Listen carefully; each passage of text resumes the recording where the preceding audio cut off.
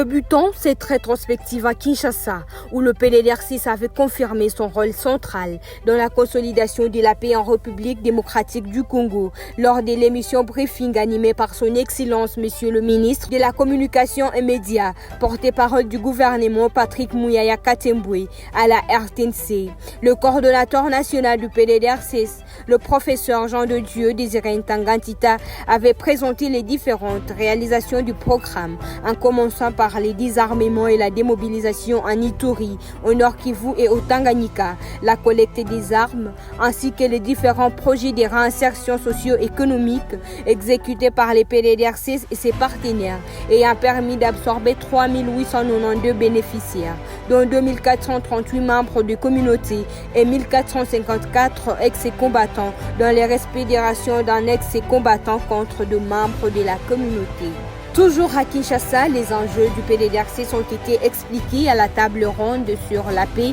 et la stabilisation au Nord Kivu et en Ituri, tenue du 10 au 11 mars 2026 à l'hôtel Pullman de Kinshasa, patronné par les vice-premiers ministres de l'Intérieur, Sécurité, Affaires coutumières et décentralisation les moins aisés, avec l'appui financier du gouvernement du Royaume-Uni dans le cadre de programmes RECET et PAPIX. Le coordonnateur national du PDDR6, le professeur Jean de Dieu Désiré Ntangantita, l'un des panélistes, avait expliqué aux participants les enjeux du PDDR6, son mandat, ainsi que le défi rencontré dans la mise en œuvre de ses actions sur le terrain.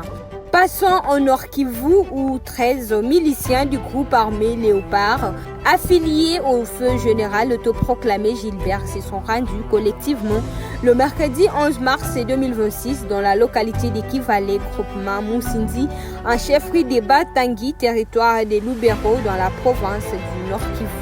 Cette tradition est intervenue dans le cadre du DDR mobile du PDDR6 sous le leadership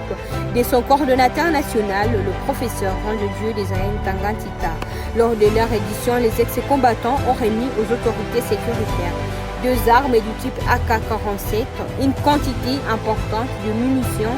des calibres variés, une bombe lacrymogène ainsi que des tenues militaires. Dans cette même province, le PDDR6 avait pris part à un atelier de restitution des résultats des consultations psychologiques organisées dans la grande salle de l'hôtel Viaka à Beni pour l'ONG Peace of Mind Initiative dans le cadre du projet RECET, qui avait pour objectif de présenter les conclusions des consultations psychosociales menées auprès des ex-combattants et de membres de communautés locales en vue d'améliorer leur bien-être mental et d'orienter les cas nécessitant une prise en charge spécialisée vers les structures appropriées. Toujours au Nord Kivu, une séance de renforcement des capacités et sensibilisation sur la protection contre l'exploitation et les abus sexuels s'était tenue le jeudi 12 mars 2026 dans la salle des conférences de l'hôtel Royal à Beni, organisée par l'Organisation mondiale pour les migrations OIM. Le PDDR6 était représenté à cette activité par M. Prosper Niawera, assistant du coordonnateur provincial AI, qui avait salué cette initiative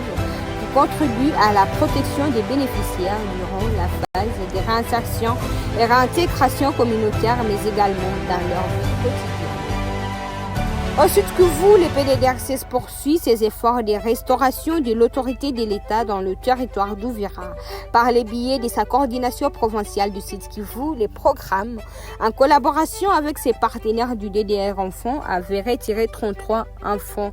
des groupes armés à Kiliba, dans la chefferie de Bafouliru, le mercredi 11 mars 2026. Parmi les enfants certifiés, associés aux forces et groupes armés et afghans, figurent 31 garçons et 2 filles.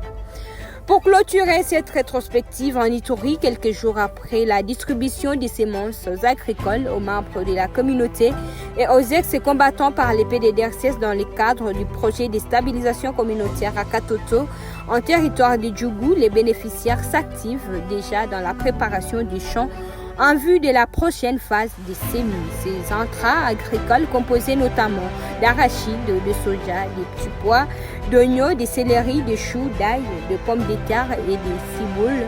ont été remis récemment par une équipe dépêchée par la coordination nationale du PDDR6 en présence du coordonnateur provincial Flory Kitoko dans les cadres de l'accompagnement des initiatives de réintégration socio-économique et cohésion communautaire.